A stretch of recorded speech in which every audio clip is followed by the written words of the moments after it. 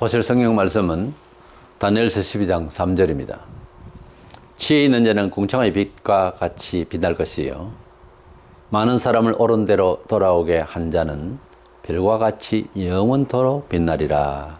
아멘. 예수를 믿게 되면은 똑같이 일어나는 현상이 구원의 기쁨, 아주 희열이 넘치는 그런 기쁨입니다. 동시에 개인 만족을 넘어서서 이렇게 귀한 구원을, 이 영생 구원을, 이 놀라운 사후의 세계에 연결되는 영생을 다른 사람들도 알아야 된다라고 하는 생각이 매우 간절해서 전도를 하게 됩니다. 예수 믿어야 됩니다. 예수 믿어야 영생을 얻습니다. 안 그러면 지옥 갑니다. 예수 믿으면 천국 가요.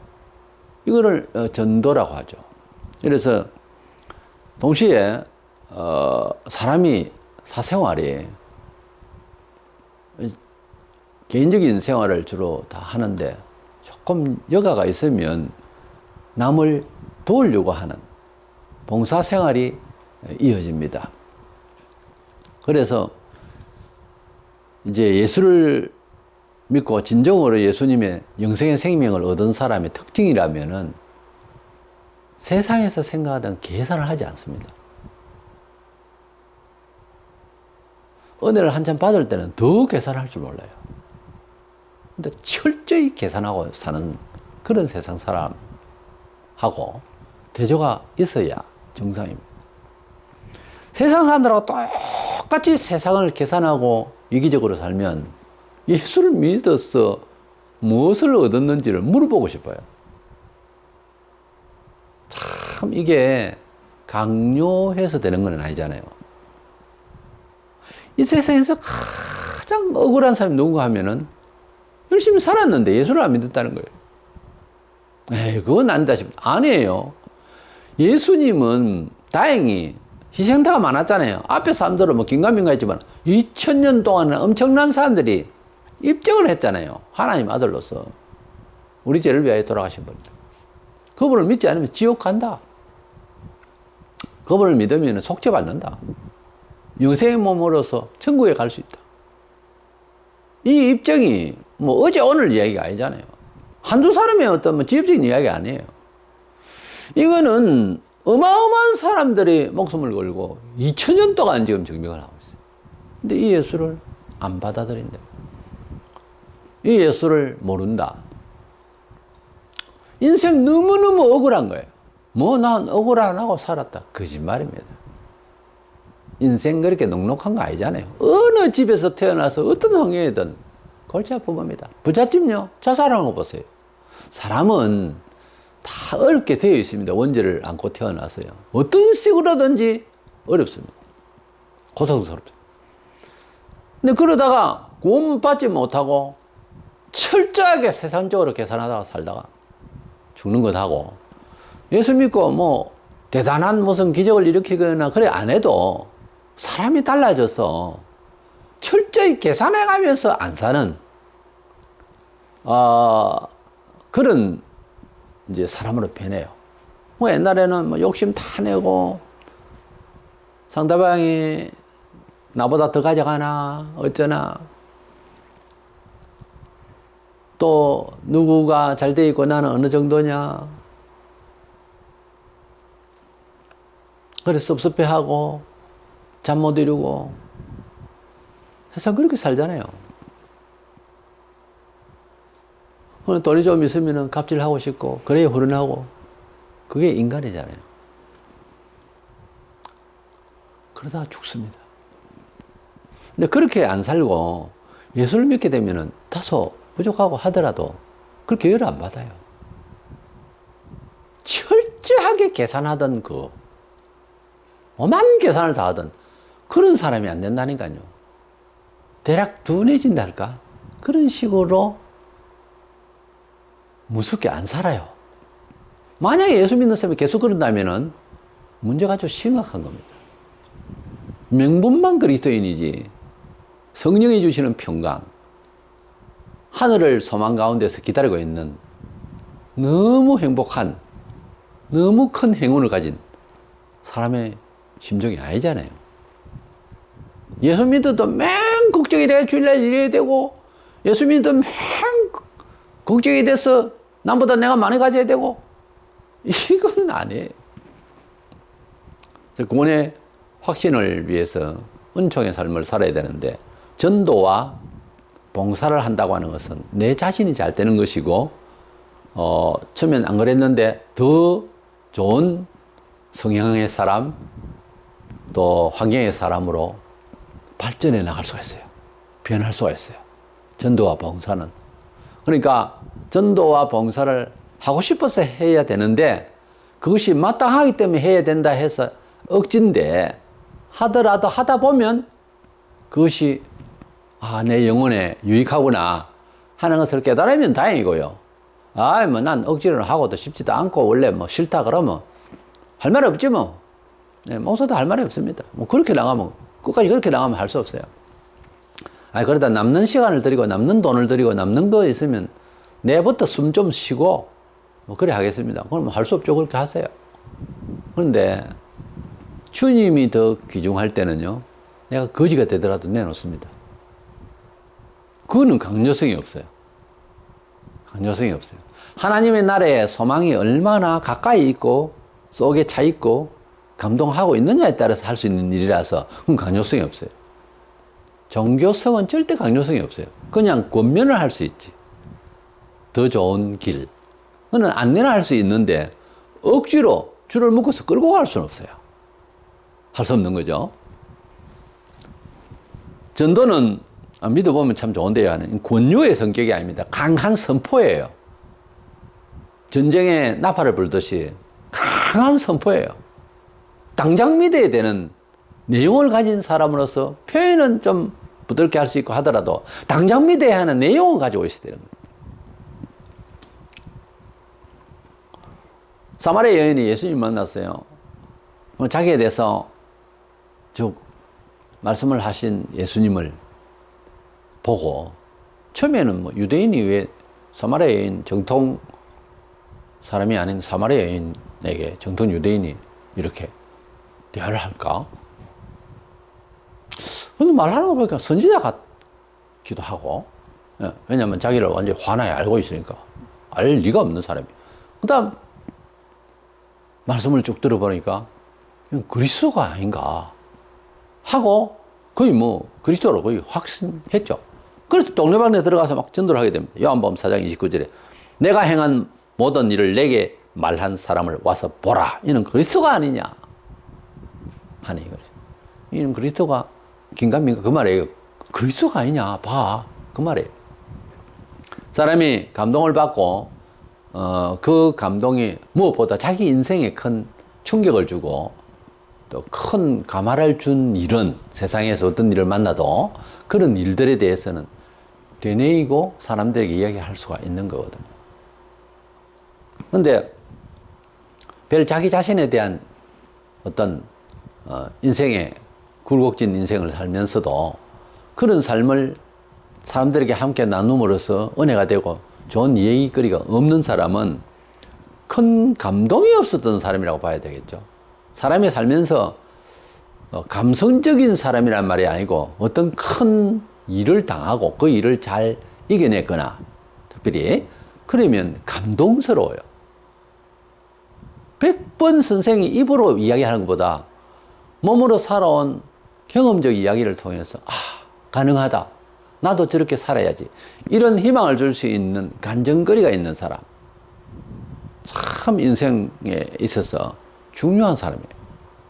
별 사람, 별 책이 있지만은 이론적인 이야기는 내 생활에 적응하는데 상당히 애로사항이 많아요. 왜냐하면 그것도 잘 설명되어지 모르지만은 그냥 해보는 소리 가지고는 얘기가 안 됩니다. 그리고 사람이 만나서 인생에 대해서 감동적인 이야기가 너무 없고 그냥 밋밋하게 열심히 살고 그냥 뭐 잘 먹고 잘 살다가 뭐 죽었단다. 그 사람 비석에 먹다가 죽다 홍길동 이렇게 적는다 하듯이 맞는 말인 것 같아요. 먹다가 죽었지 뭐 했어요? 노력하고 일하고 다 해요. 그거는. 그것도 해야 되고 사람은. 근데 그것만 가지고 인생을 산다고 하면 그렇잖아요. 그 인생이 어떤 뜻이 있고 어떤 큰 환난과 힘도 드는 건데 그것을 잘 통과해서 본이 되고 삶의 승리자로서 할 얘기거리가 있어야 됩니다. 학교도 잘 나왔고 직장도 잘 다니는데 인생을 놓고 얘기할 거리가 너무 없는 사람이 있어요. 너무 얘기거리가 없는 사람. 진짜 재미없는 겁니다. 근데 얘기거리가 있어야 되는 거예요. 그렇다고 해서 너무 인생이 충격적이고 굴욕적인 것만 있어야 되느냐? 그건 아니에요. 원래 상담을 할 때 카운셀러가 되려면은 너무 충격적인 그런 일이 없었던 사람이 상담자가 되어서 하면 훨씬 더 내담자가 오히려 위안을 얻는다는 말이 있어요. 상담 심리학에서. 그래서 우리는 평안을 가지고 또 평안을 전할 수 있고 하는 것도 있지만 그러나 상담이라고 하는 것이 뭐 진리를 취득할 수 있는 기회는 아니잖아요. 상담이 그렇다. 사람을 대할 때 그렇다는 거죠. 근데 그걸 나쁘게 말하자면은 충격을 받을 만한 사람은 못 된다고 말이죠. 상담자가.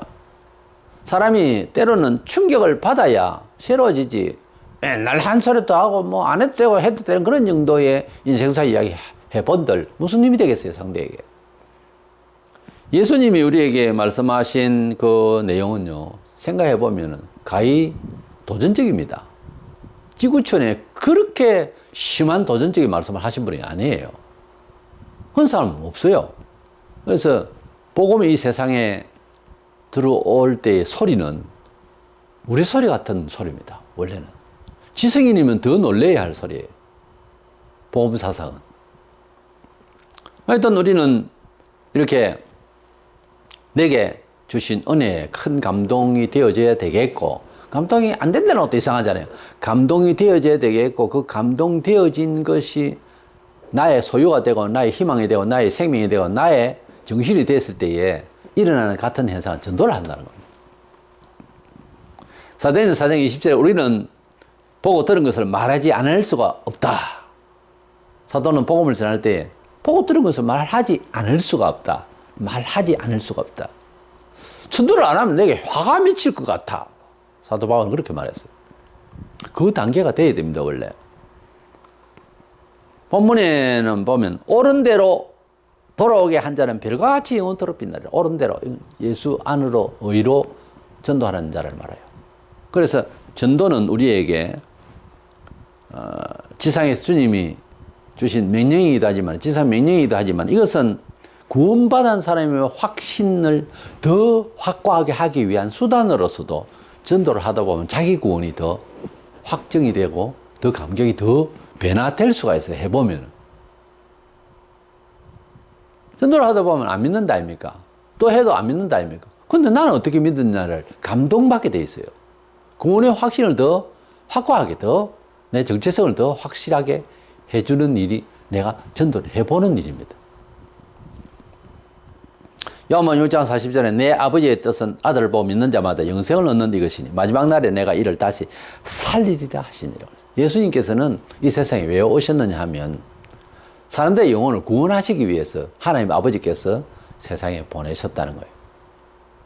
이 세상을 지으신 하나님이 가장 급하고 가장 큰 목적이 뭐냐 하면 아들을 보고 예수를 보고 믿는 일이라는 거예요. 믿어서 영생을 얻는 일이 제일 시급하고 지구촌에서 가장 큰 목적이라는 거예요. 마가복음 1장 38절에 예수님께서 가자 거기서도 전도하리니 내가 이를 위하여 왔노라. 우리 예수님은 전도하러 왔다고 그랬어요.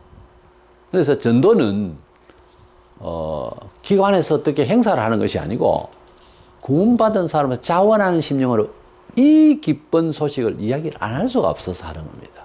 전도는. 그 다음에 은총의 삶을 살기 위해서 봉사하는 생활을 해야 되는데 기독교인이 남에게 봉사하는 것은 가장 먼저 우선되어야 될 것이 남에게 해를 안 끼쳐야 됩니다. 오늘날 사람들이 뭐 개인주의는 좀 다릅니다만 이기적으로 남은 해가 되더라도 자기만 괜찮으면 된다는 거예요. 법망을 피해 가면서 그렇게 살면 안 됩니다. 교인이라는 사람이 남에게 해를 주고 불법을 자행하고 실수면 실수로 인정하고 돌이켜서 공의롭게 살아야 돼요. 근데 그걸 인정을 하지 않아요. 불법이라고 싶은 짓은 안 해야 됩니다. 이것이 이렇게 하면 불법이다 싶으면 스톱해야 돼요. 그게 남이 안 봐도 해가 됩니다, 본인에게. 이것은 공의롭다 하는 쪽으로 안 가면 꼭 손해를 봐요. 우리가 먼저는 예수 믿으면 교회 공동체 안에서 어쩌면 육신의 혈육보다 교회에서 만난 그리스도 안에서의 형제 자매를 더 아끼고 하는 것을 우리가 볼 수 있습니다. 불신자들이 보면서 제가 처음 교회 나올 때 그런 말을 하더라고요. 부럽다고. 근데 교인들이 사달을 8천 달인데 다 모여서 혹 식구처럼 그렇게 참 그게 부럽다고. 그렇습니다. 우리는 영원한 형제자매라고. 우리 영원합니까? 형제자매가? 혈육이? 아니잖아요. 문수도 되잖아요. 형제가. 부모도. 근데 하나님의 은혜 가운데서 구원받은 우리 형제자매는 영원히 같이 가야 할, 싫어도 서로 성격이 안 맞아도 영원히 같이 가야 할 형제자매라니까요. 그래 얼마나 귀중한 형제자매입니까? 그래서 교회 공동체 안에서 봉사는 더더구나 먼저 앞서 잘 해야 됩니다. 베드로전서 4장 10절에 각각 은사를 받은 대로 하나님의 여러 가지 은혜를 맡은 선한 정직이 같이 서로 봉사하라. 교회에서 원체 힘이 약한 사람도 있고요. 또 이래저래 연약한 자가 있습니다. 그러면 어쨌든 자기가 쌓아왔던 물려받았던 어떤 재력이 있거나 또 지혜가 있거나 연구했거나 준비가 되어 있는 사람이 좀 돕고 그리스도 안에서 먼저 도울 수 있어야 돼요. 그 모습을 보면서 혈육도 이놈이 교회 단체에서 잘한다는 소문을 들으면 교회를 핍박하다가도 내 형제가 우리 가족이 그 교회 가서 그렇게 봉사한다는 소리를 들으면 기분 좋아요. 내 욕심 형제만을 위해서 내 집안만을 위해서 기도하고 이게 아니고 교회 공동체 안에서 잘하는 소문이 오히려 더 좋아요. 이것이 더 좋은 효과가 나타나게 됩니다. 사람을 볼 때에도요.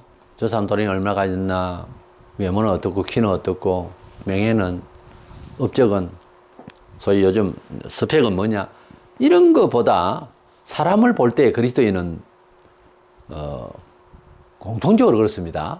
그렇지 않으면 좀 이상한 거고.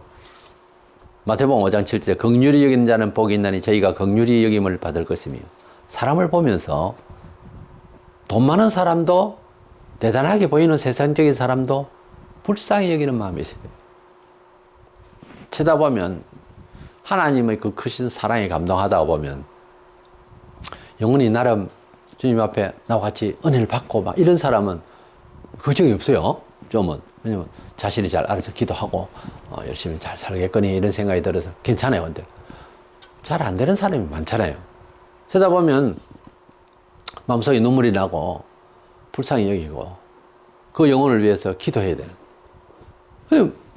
신자들은 불신자의 세상의 사람들 모두 다 길 잃은 양이고 모두 다 지금 방금 죽으면 지옥이고 나락에 떨어지는 이런 사람들이기 때문에 쳐다보면서 불쌍해야 됩니다. 비참해야 됩니다. 이 영혼들이 예수를 모르고 산다. 그냥 이 세상 살아가는데도 얼마나 위험천만하게 자아를 상실하고 살고 있는 이야기죠. 영혼을 바라볼 때 좋은 차를 탔느냐, 좋은 집에 사느냐, 명예가 어떻는 위치가 어떠냐, 그게 아니고 사람이 불쌍하다는 거예요. 예수 믿으면은.